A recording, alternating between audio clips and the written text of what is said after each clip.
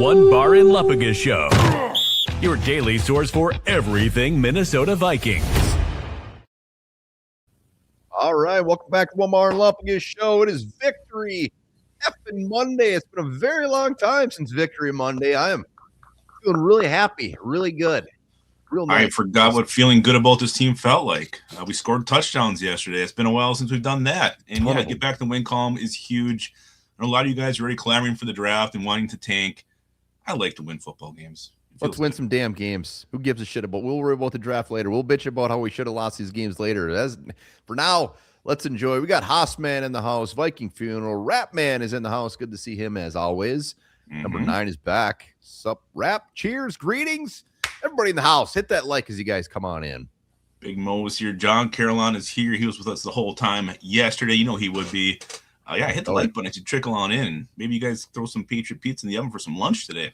Yeah, as always, Monday Morning Hangover brought to you by Patriot Pizza. Great cause, great pizza, delicious flavors. The oven giveaway was it hasn't been delivered yet, but Purple Pumpkin Face, thank you to Patriot Pizza for sponsoring that once again. So he'll be getting an awesome oven. Awesome little oven there in the mail. What else could you want? To cook his beautiful Patriot pizzas in with that beautiful thin crust. Oh, so good. So good. Just like the Vikings win yesterday was so good. You look shut out a week before, they go out and they return the favor and shut out the Washington Commanders at home. I think that was the first time that happened since 1992. Was that what it was? Denver did it? 92. I was seeing that scattered all over the place. So, yes, I believe that is correct. You know what? Nobody else has shut out the Washington Commanders this year. Vikings did. And nobody else beat them by 31 points. Vikings did. Yeah. Eat my butt, Washington. Killed you. Yeah, eat it, Washington. Eat his butt. Do it. Do it. Let's go, baby. You want to jump in this yet? We're going to wait a little bit longer. We'll give it another minute. Hit that like as you guys come in. Hit that sub as always. Chris Vikings best feeling, a win. It is. It is good. Yeah. And you were there. You took it in person. How was it, the experience? Always wonderful to be at the bank. It was great. It was great. Did you bump into any viewers? No, but I bumped into a few Miller Lights. Those were delicious. Bumped into a cheese curd or two. And nice. Yeah, it was a good time. It was a good time. Nice. I don't know. We're just enjoying the win. I don't think we're drinking any purple Kool-Aid. No, purple Kool-Aid. I mean, it's probably going to get ugly here the last couple of weeks, so we're just going to enjoy it as we can. We got the Cowboys coming up. Did not get flexed. I believe that time is coming past, right? I was kind of hoping it would get flexed. I don't want that. Getting close. Yeah, it's either has to happen. It's a 6-day window, so. Yeah. Christy didn't drink a beer yesterday. I did. Boring. I did. All right, let's jump into it here. Start of the week, you guys voted. It was J.J. McCarthy, and in pretty much a landslide, like 61% of the votes. J.J. McCarthy was your stud of the week winner. I thought maybe Harrison Smith might get it for showing some youth yesterday, but no, it was J.J. McCarthy. It wasn't even close. Yeah, it shouldn't have been close. It should have been J.J. McCarthy, and it was beautiful. I mean, Harrison Smith, that would have just been kind of a pity vote in my mind. Turned back time, just like Cher yesterday is what he did. I picked it off. I mean, that was good. It was good to see 22. I'm glad in person, probably seeing one of his last interceptions, probably his last one at the bank. It was wonderful to see. The crowd was going absolutely crazy. Yeah, no, he did play well yesterday. Let's get into some news here. The season ended today. You guys talking about the draft. Vikings would have the 11th overall pick, number 11, so just outside that top 10. Yeah, I'm surprised it was that high. I figured we're going to bump down a little bit. 11, that's where we had when we traded up for J.J. McCarthy. So. Mm-hmm. Yeah. And again, we talked a little bit on the live yesterday, because people are clamoring about, let's just tank this game, but you don't know how the draft's going to fall. I mean, there's a ton of tackles early and guys get pushed down. It happens every year. The year we could have had Kyle Hamilton. Everybody thought he was going to be a top 10 pick. He was there at pick 12. You just never know. That's why I don't think you tank, because you just don't know how the draft's going to fall. Well, you don't tank. You get the wins. You build for the future. J.J. McCarthy, it's better than him to go out and have a good game like he did, get a dub, then move back 4 or 5 spots. As of now, J.J. McCarthy is still our future. Build upon this. Even if we win out, it would be a beautiful thing. We could pick 19 or wherever it might be. Get the wins for our quarterback, especially when he's the one leading them to victory. That's the best part. He did lead us. Vikings, you mentioned next Sunday night at Dallas.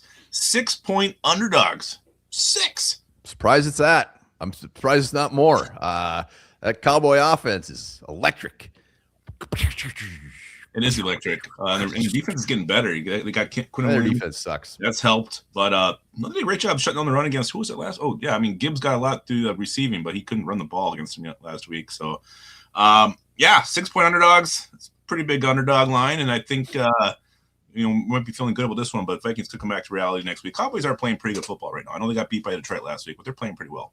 That offense is crazy. George Pickens is absolutely nuts.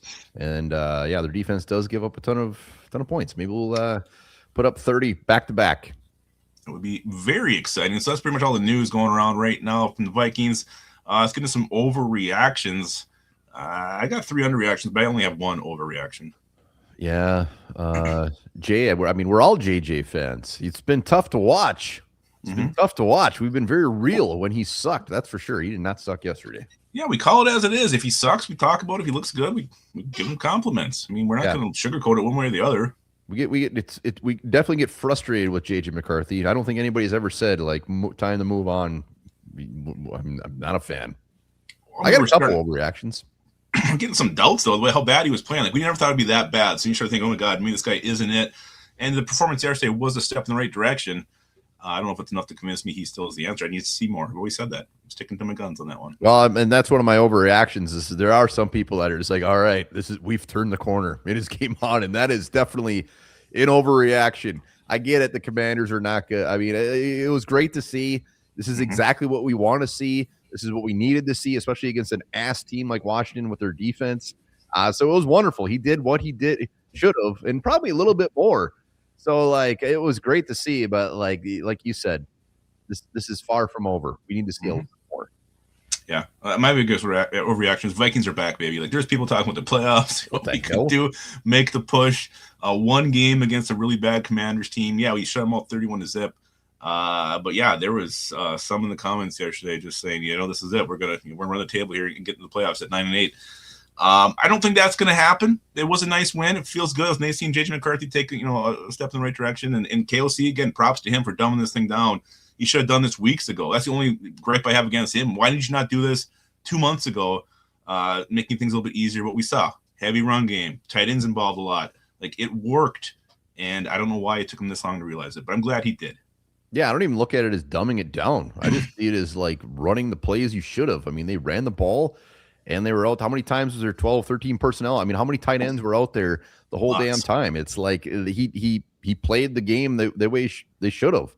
Other overreaction for me is just everyone's still just saying like, oh, it was only the Commanders. It was only the Commanders. The Vikings beat the Commanders. They suck. Yeah, who cares? It's not an overreaction. I mean, they shut them out. They did things that teams have not done to them. They absolutely kicked their ass at home. So anybody saying it was only the Commanders, I'm not buying that at all. No, it's we did the same thing with the Bears, saying they didn't beat anybody. But you know what? Well, yeah, but we kicked the shit out of the Commanders. We dominated them. We shut them out. We beat them. No other team did that. We beat them worse than any other team this year. So that's why I'm saying, like, you can't. If this would have been 13-10, we win. All right, fine. It was only the Commanders. 31 rip. Killed them. And my underreaction actually ties into that. I don't think we talked enough about that long-ass drive. The offense had 19 plays, 98 yards, 12 minutes. Are you kidding me? Ends in a Jordan Mason touchdown. That was an insane drive. And 31-0 defense, well-rested. They were not tired in this game. They had long breaks. Vikings were sustaining drives. And what happens? You see 4 quarters of good defense, not just 2.5. What about Jay Ward getting the start at corner? Yeah, it was weird. You mentioned that. I didn't even realize that during the live stream. I don't know if Isaiah Rodgers was being punished. What the hell was going on there? I think he was being punished because he can't tackle. I mean, that's an underreaction. Nobody was talking about this. Like, Jay Ward was out there. I don't know what the snap counts ended up being, but Isaiah Rodgers did not start. So until something comes out as far as, well, Isaiah Rodgers missed this, so we punt whatever it is, I'm going to look at this as like they're just sick of Isaiah Rodgers not tackling. They might, but then now Jay Ward is something else we need to talk about there. We didn't do it much in the post game yesterday, but during the live we did. But the hit on Zach Ertz, I see Jay Ward is trending right now. Washington fans are calling for his head, calling for him to be suspended. What did you? Here you go. Jay Vikings is on it too. What do you guys think of the hit that Jay Ward put on Zach Ertz, and was it Kirby Joseph-esque? Is that you or me freezing? I don't know. I didn't hear what you said. I don't know what do you say? Jay What's Ward my hit. thoughts on Jay Ward? The hit that he had on Zach Ertz. Anybody I feel like Washington fans have a right to be upset. He went low on him. I mean, I know you can look at it from both angles, but like the Kirby Joseph, you're seeing a lot of that. Oh, yeah, you guys bitch about Kirby Joseph, but you can't bitch about that.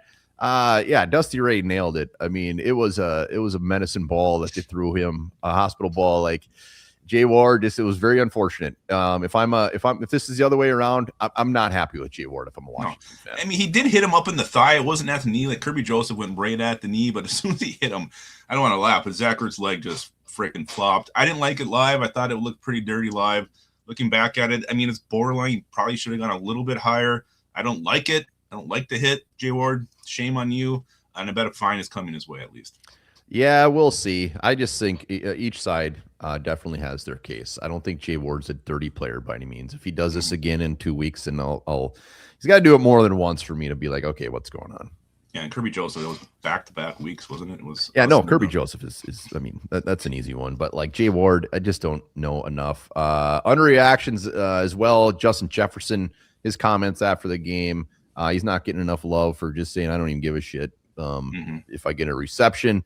KOC, I think that might be the best game he's ever called in his career. And meaning the fact that he called exactly what needed to be called. And it actually kind of pisses me off because he's probably known this the whole time. Like, he's not just like, oh, maybe we should run the ball. Maybe on 2nd and 1, I run the ball. Maybe 3rd and 1, I run the ball. Oh, maybe I should throw it to the tight ends the whole damn time. He's known that.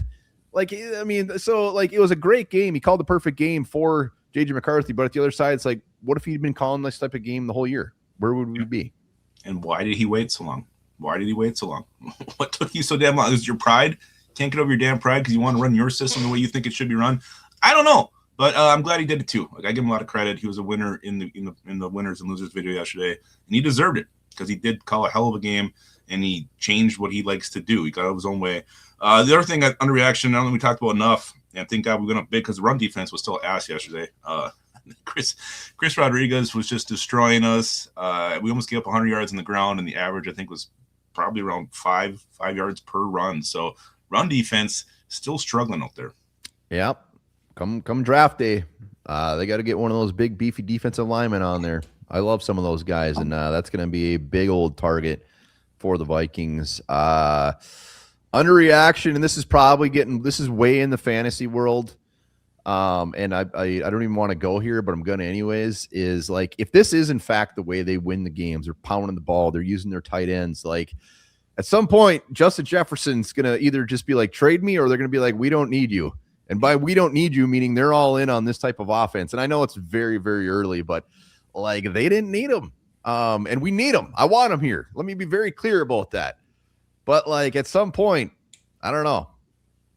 Well, and everybody clamoring for a Justin Jefferson trade. Like, you're never going to get equal value for a superstar like that. Like, it rarely works. So yeah, when you traded Diggs, you got the pick that got you Jefferson. That's the exception. That's not the rule. Look at the shit we got in return for Randy Moss. When you get a superstar, I think you got to try your best to keep him here. And that's my stance on it. I don't want Justin Jefferson to go anywhere.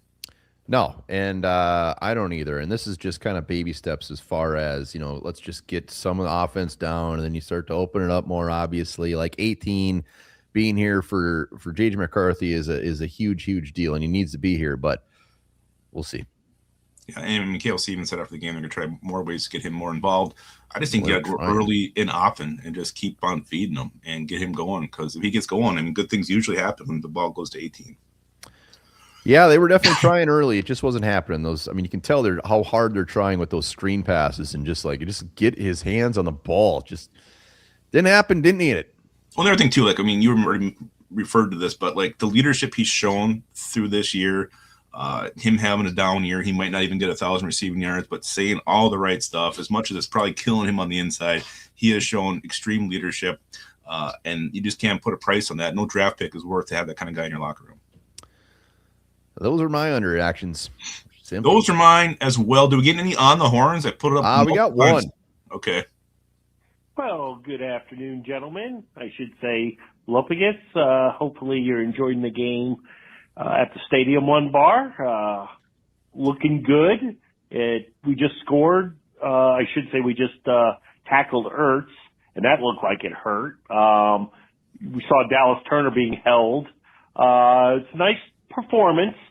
Pretty terrible Washington team. If we just played this brand of football the last 5 weeks, we probably win half of these games. We've made some bonehead plays, but it looks like we're staying within ourselves. I mean, KOC's still going to call his plays, obviously. I mean, he's just not going to run.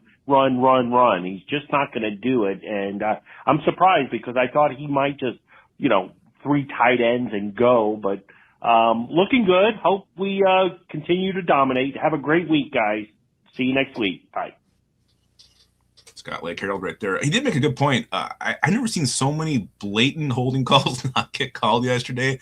I mean, they're grabbing arms, they're grabbing jerseys, and there was just nothing. And I couldn't believe it. Like, they were very obvious holds that they were not calling at all for Washington yesterday. Washington was holding, or we were? Washington. Like, they were grabbing arms. It was bad. Oh. Just never throwing the flag. Yeah, Scott, always great to hear him. Quite the thunderous sneeze halfway through there. Just picture a wet phone, just a wet, soaking phone. Still is probably. Let's see. This would have been the MO from game 1. Jefferson would be getting targets by now. Yeah, that's fair. Yeah, just evolving into this. Oh, we got the Cowboys coming up this week. Early thoughts on this Cowboys game? You already mentioned their offense. Sunday night game. I'm so done with night games. I really like those noon. We've had a nice break. I know, but it was just such a ass pounding to begin the season of weird scheduling games. So, Cowboys are going to be tough. It's in Dallas. Offense is ridiculous. Lamb, he had a concussion, right, last week, so he may or may not be back. He did have that extra couple days, so maybe that helps him get back on the field. They can also run the ball with Javonte Williams, and they got the other guy too. So, yeah, this offense is very good with Dallas. It's legit. I only hope, Flores can get in Dak Prescott's head because he will make some mistakes. Yeah, I would anticipate a few, maybe an interception, and that's one thing. I mean, we didn't talk about when finally the Vikings get 3 turnovers. We didn't give up the ball. Man, it was a beautiful thing. But, back to the Cowboys. Yeah, their defense, I feel like, is actually kind of came on a little bit. The big boys they got up on the defensive line are definitely playing a big role in that. So it will being a 6-point underdog, I wouldn't be surprised if that goes up throughout the week. Yeah, I don't know. I can see that too. I mean, we're coming off a nice win, but, again, we look how we played the last couple of weeks. Vikings come back to reality a little bit. I don't know. Sunday night has never been very favorable to Minnesota Vikings. We don't usually go there and play our best football. I would like to see us string together 2 good games because you can keep building off this if you can do that. But it's not going to be easy heading in Dallas and pulling out a win there.